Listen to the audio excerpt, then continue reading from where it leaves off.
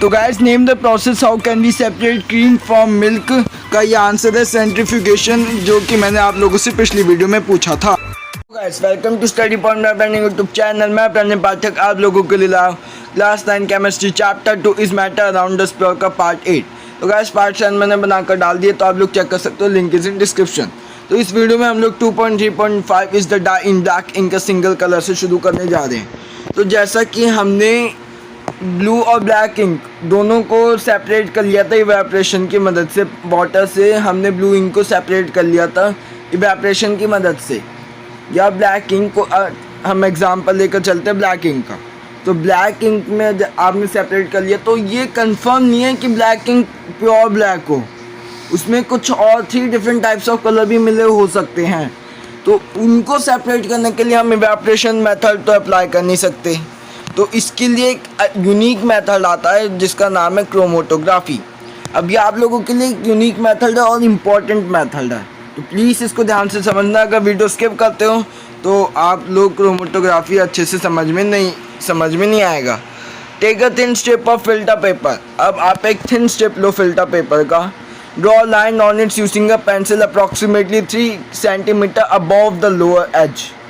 अब आप एक लाइन ड्रॉ कर दो अप्रॉक्सीमेटली 3 सेंटीमीटर का, हॉरिजॉन्टल लाइन आपको ड्रॉ करनी है। Put a small drop of ink water soluble that is from sketch pen और foundation pen at the centre of the line, let it dry. तो अब आपको इंक का जो स्मॉल ड्रॉप है उसको डालना है लाइन के सेंटर में, और फिर उसे थोड़ी देर रोक देना है कि ताकि वो ड्राई हो जाए। वॉच केयरफुली,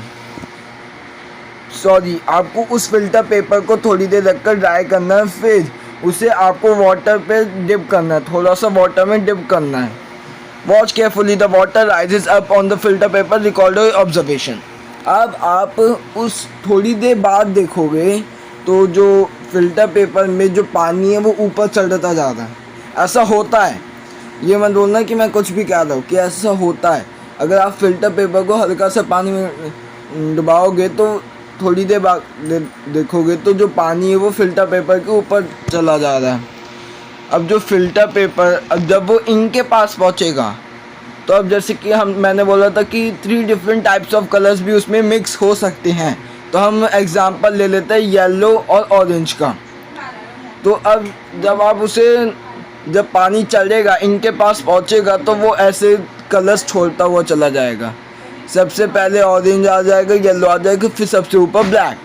अब आप बोलोगे ऐसा कैसे? तो ऐसा होता है, जब वाटर ऊपर चढ़ता है तो जो सॉल्यूबल कलर्स होते हैं वो उस पानी में सॉल्यूट होकर उस पर फिल्टर पेपर पर आते जाते हैं। अब आप बोलोगे कि इसी ऑर्डर में क्यों ऑर्डर चेंज भी हो सकता है? नहीं, ऑर्डर चेंज नहीं होगा, ऑर्डर यही रहेगा। और मैं बता दूं कि सबसे ऊपर वो कलर आता है जो पानी में सबसे ज़्यादा सॉल्युबल होता है। अब ब्लैक, येलो और ऑरेंज में सबसे ज़्यादा ब्लैक सॉल्युबल था, तो जैसे ही पानी आया ब्लैक तुरंत सॉल्युबल हो गया, तो वो सॉल्यूट होकर ऊपर चला गया। और जो लीस्ट सॉल्युबल है उसे ज़्यादा टाइम सॉल्यूट होने का नहीं मिला, तो इसलिए वो सबसे नीचे था। तो जो सबसे नीचे कलर होता है वो सबसे लीस्ट सॉल्युबल होता है, और जो सबसे ऊपर कलर होता है वो सबसे ज़्यादा सॉल्युबल होता है। तो आप लोग ये समझ गए होंगे। अब आगे पढ़ते हैं। The ink that we use has water as the solvent and the dye is soluble in it. अब जैसा कि जो इंक है वाटर की, वो इंक या डाई जो भी बोलो वो सॉल्युबल होगी उसमें। As the water rises on the filter paper it takes along with in the dye particles.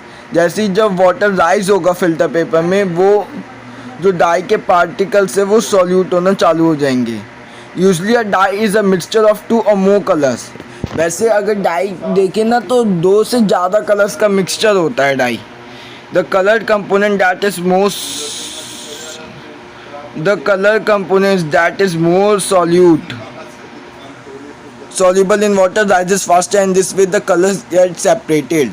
अब जैसा कि मैंने बताया था, जो कलर सबसे ज़्यादा सॉल्युबल होगा वो बहुत तेज़ी से सॉल्यूट होकर ऊपर चला जाएगा, और जो कम सॉल्युबल होगा उसे ज़्यादा टाइम सॉल्यूट होने के बाद उसे ज़्यादा टाइम नहीं मिलेगा ऊपर जाने का, इसलिए वो सबसे नीचे ही रहेगा। तो ऐसे वो कलर सेपरेट हो जाते हैं और जो सबसे ऊपर वाला ब्लैक कलर आएगा वो प्योर ब्लैक होगा।